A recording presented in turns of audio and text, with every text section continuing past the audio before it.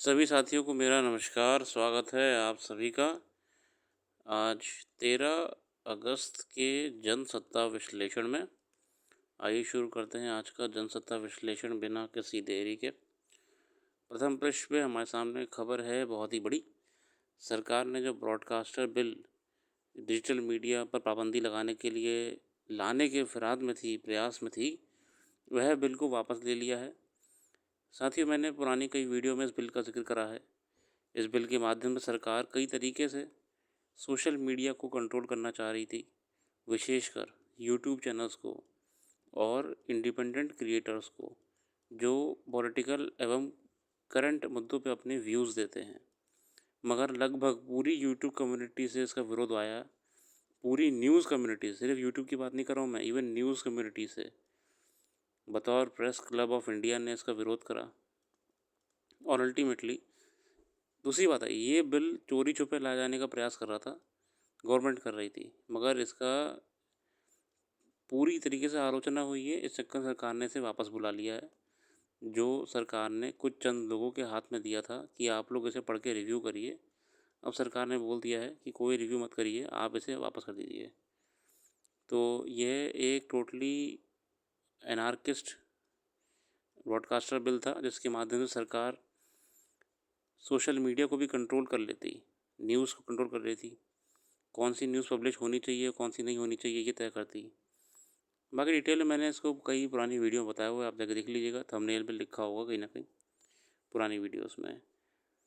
सूचना एवं प्रसारण मंत्रालय ने प्रसारण सेवा विनियम विधेयक के मसवीदे को सोमवार को वापस ले लिया। इस मसवीदे को सरकार का ऑनलाइन सामग्री पर अधिक नियंत्रण करने का प्रयास माना जा रहा था।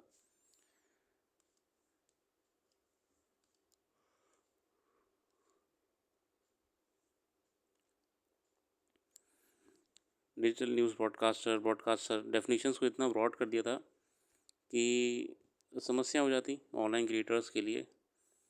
फ़िलहाल हम आगे बढ़ेंगे अपने संपादकीय की ओर और शुरू करेंगे कल्प मेधा से। बिना प्रशंसा किए किसी को प्रसन्न नहीं किया जा सकता है और बिना असत्य भाषण किए किसी की प्रशंसा नहीं की जा सकती है।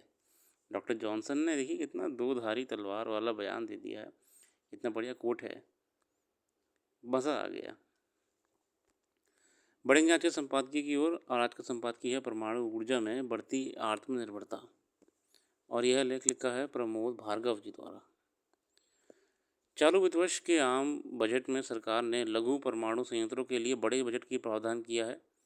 पहली बार निजी कंपनियों के को समूचे देश में लघु परमाणु संयंत्र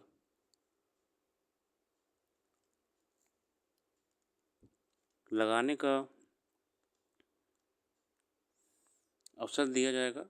साथ ही मॉड्यूलर रिएक्टर के आधुनिकीकरण के लिए शोध और विकास पर भी खर्च किया जाएगा।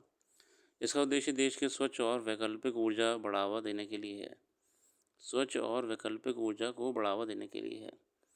साथ ही प्रधानमंत्री सूर्य घर निःशुल्क बिजली योजना के तहत छतों पर लगाए जा रहे सौर संयंत्र पर भारत सरकार द्वारा दी जाने वाली छूट जारी रहेगी। अच्छा, प्रधानमंत्री सौर सूर्य घर योजना है, इसके माध्यम से ना रूफटॉप सोलर पैनल अगर आपको अपने घर में लगाना है या छोटे व्यवसायों में लगाना है ना, तो वो फ्री है, सब्सिडी मिल जाएगी आपको उसमें। घरों में तो है ही फ्री नहीं, सॉरी, सब्सिडी मिल रही है।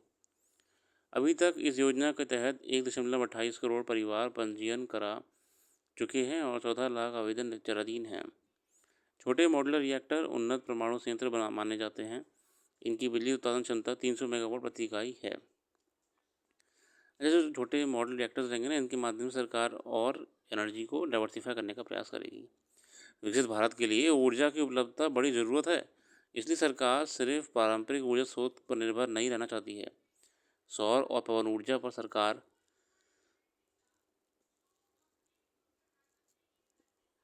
पहले ही काफ़ी कुछ कर चुकी है। अब ध्यान परमाणु ऊर्जा पर है, इसमें संभावनाएं अधिक है। आम बजट में ऊर्जा बदलाव के संबंध में एक नीति का दस्तावेज तैयार करने की बात भी कही गई है। देखिए, गवर्नमेंट प्रयास कर रही है ना ऊर्जा की तरफ, और अपना ध्यान और ऊर्जा और अपनी खुद की नीतियों को बनाने के लिए। इन उत्पादों का प्रयोग परमाणु और सौर ऊर्जा के साथ दूसरे ऊर्जा उत्पादन उपायों में भी होता है। भारत में जहां अरसे से अटकी परमाणु बिजली परियोजना में उत्पादन शुरू हो रहा है, वहीं निजी निवेश से परमाणु ऊर्जा बढ़ाने के प्रयास हो रहे हैं। प्रधानमंत्री ने गुजरात के सूरत जिले में तापी ककरापारा में 22,500 करोड़ रुपए की लागत से 700 मेगावाट बिजली उत्पादन के 2 परमाणु ऊर्जा संयंत्रों का फरवरी में राष्ट्र को समर्पित किया। गवर्नमेंट ने भी बहुत जोर शोर से इस पर काम शुरू कर रखा है ना। ये संयंत्र प्रतिवर्ष लगभग 10.4 अरब यूनिट स्वच्छ बिजली का उत्पादन करेंगे। ठीक है ना, ये ध्यान रखिएगा, 10.4 अरब यूनिट। दूसरी तरफ सरकार ने परमाणु ऊर्जा क्षेत्र में निजी कंपनियों के 26 अरब डॉलर का निवेश आमंत्रित किया है। मतलब सरकार ने जो प्राइवेट प्लेयर्स हैं आपके, उनको भी अलाउ करा कि आप भी आइए इन्वेस्ट करिए यहाँ पे 26 अरब डॉलर्स का, है ना।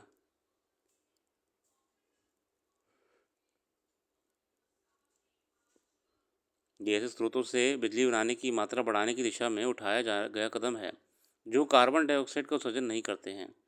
फिलहाल भारत में परमाणु ऊर्जा कुल बिजली उत्पादन का 2% भी नहीं है। तो इस समय जो परमाणु ऊर्जा है वो हमारी टोटल बिजली उत्पादन में, इलेक्ट्रिसिटी उत्पादन में 2% से भी कम है।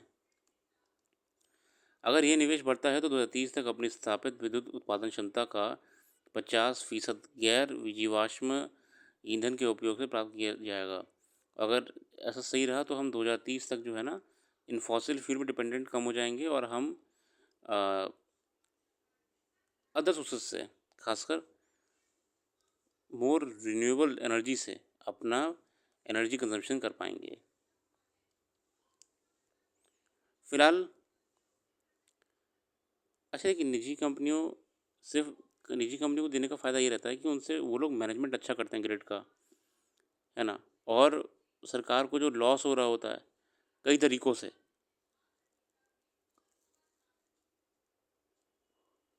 वो भी कम हो जाता है। दिल्ली, मुंबई, महाराष्ट्र बहुत जगहों पे तो प्राइवेट हो चुका है पूरी तरीके से आपका। फिलहाल हमारे यहाँ 2 तरह के परमाणु रिएक्टर हैं, एक गर्म पानी का जैसा बॉइलिंग वाटर रिएक्टर का, और दूसरे को प्रेशराइज हेवी वाटर रिएक्टर कहते हैं। ठीक है ना। प्रेशराइज जो हेवी वाटर रिएक्टर होता है हमारा, आप लोगों ने साइंस एंड टेक्नोलॉजी में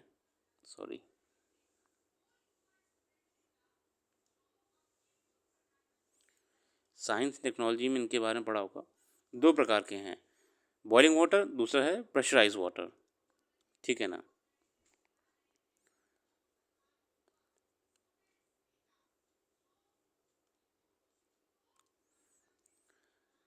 ठीक है। यूरेनियम मिस हो गया था।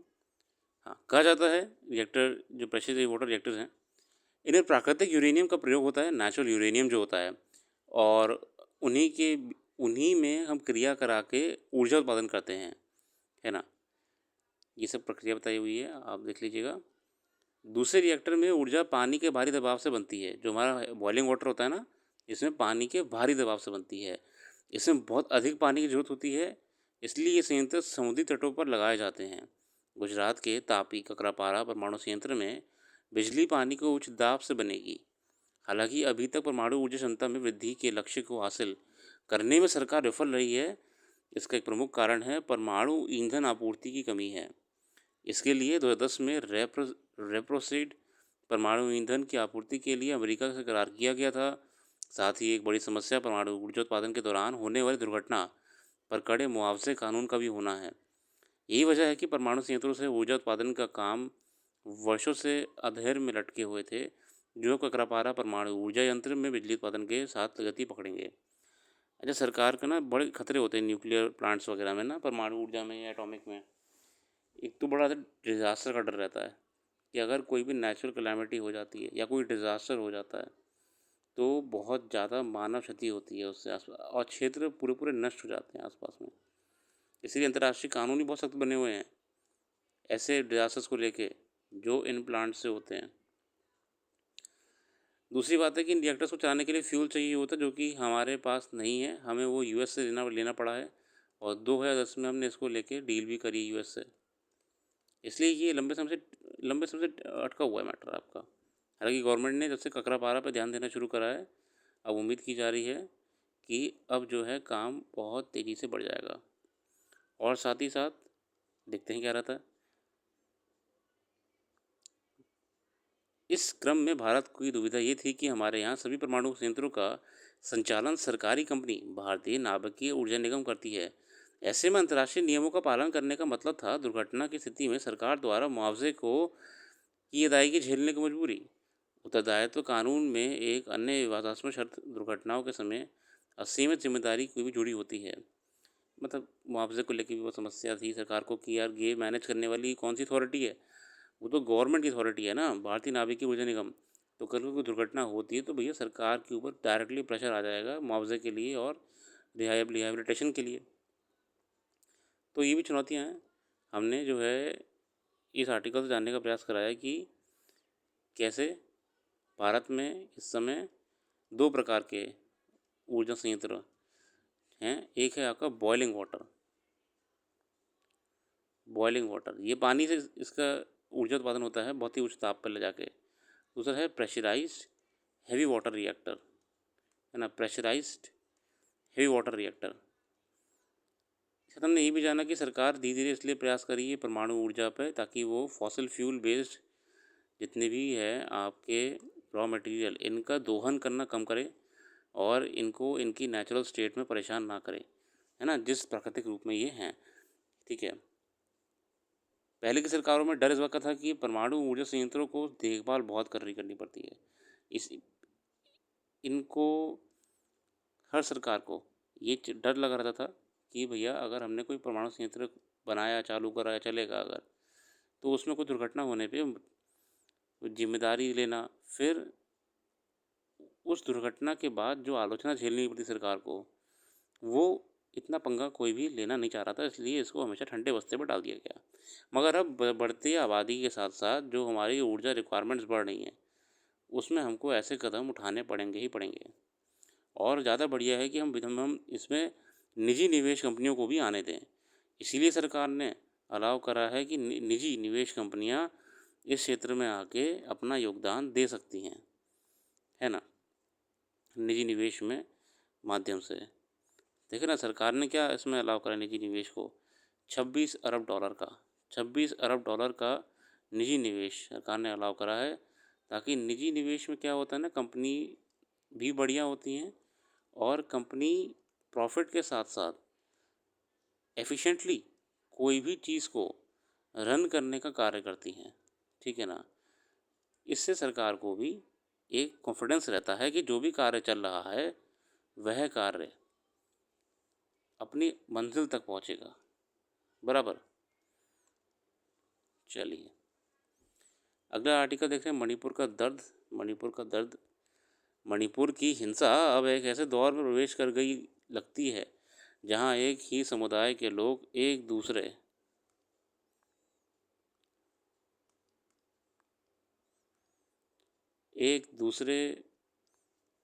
के दुश्मन बनते जा रहे हैं। तंगनोपाल जिले में उग्रवादियों द्वारा एक ही समुदाय के ग्रामीण स्वयंसेवकों के बीच हुई गोलीबारी और उसमें 4 लोग की मौत इसका उदाहरण है। वहां यूनाइटेड कुकी लिबरेशन फ्रंट यानी UKLF और कुकी समुदाय के ही ग्रामीण के बीच गोलीबारी हो गई। घटना के बाद ग्रामीणों के UKLF प्रमुख का घर जला डाला। प्रशासन का कहना है कि ये उगाही पर नियंत्रण करने की कोशिश में हुआ टकराव हो सकता है। अच्छा, वहाँ पे ना इंटरनल प्रॉब्लम्स भी बहुत सारी चल रही हैं, सिर्फ गवर्नमेंट से दिक्कत नहीं है, वहाँ पे इंटरनल प्रॉब्लम्स भी बहुत सारी हैं। सच्चाई जो हो पर ये बहुत चिंताजनक स्थिति है। करीब 1.25 साल पहले मैतेई समुदाय को भी जनजाति की श्रेणी में शामिल करने को लेकर उभरा मतभेद और आक्रोश कुकी और मैतेई के बीच खूनी संघर्ष का परिणत हो गया। बाकी जैसे कि हम जानते हैं लास्ट ईयर कितना हिंसा हुई थी। मणिपुर की हिंसा अब तक 200 से ज़्यादा लोग की मौत हो चुकी है। उग्रवादी संगठनों का देखिए साथ में इसका बहुत योगदान है ना। पिछले दिनों वहाँ मुख्यमंत्री मणिपुर की स्थिति पर बयान तो दिया था, असल में एक समारोह की बात है, मगर वह इन हालात से निपटने के लिए क्या कर रहे हैं? कुछ नहीं कर रहे हैं, मैटर वहीं का वहीं लटका हुआ है ना। ठीक है, आर्टिकल हमारे हाईलाइट कर रहा है मणिपुर की प्रॉब्लम्स हुए। हम आगे बढ़ेंगे, आगे की सूद, ये आर्टिकल ठीक है, पैरासिम्पिक्स को लेके थोड़ा सा बाइट है, ठीक है ना। आप पढ़ लीजिएगा आप चाहें तो, फिलहाल हम इसको नहीं रखेंगे। इसके अलावा जून में औद्योगिक उत्पादन 4.2% था। एक तो रिटेल इन्फ्लेशन भी सही चल रहा है और अब ये इंडस्ट्रियल प्रोडक्शन के बारे में भी अच्छी खबर है। देश का औद्योगिक उत्पादन जून 2024 में 4.2% पर आ गया। बिजली और खनन क्षेत्र का अच्छा प्रदर्शन जारी है। सोमवार को जारी आधिकारिक आंकड़ों के मुताबिक औद्योगिक गतिविधियों को मापने वाला औद्योगिक उत्पादन सूचकांक इस साल 4.2% की दर से बढ़ा, जबकि एक साल पहले की समान अवधि में यह 4% रहा था। तो ये अच्छी खबर है देश के लिए कि हमारा इंडस्ट्रियल प्रोडक्शन बढ़ रहा है, उससे हमारे देश में उत्पादन बढ़ेगा तो पूरा पूरा क्षेत्र, ट्रेड, लॉजिस्टिक्स, सब में परिवर्तन देखने को मिल सकता है। बाकी जो भी करंट अफेयर्स यहाँ पर डिस्कस नहीं कर पाए हम वेबसाइट पर डाल देंगे। वेबसाइट का लिंक डिस्क्रिप्शन में मौजूद है, आप विज़िट कर लीजिएगा। बाकी thanks for giving a precious time. अपना कीमती समय देने के लिए बहुत बहुत धन्यवाद। आपका दिन शुभ हो।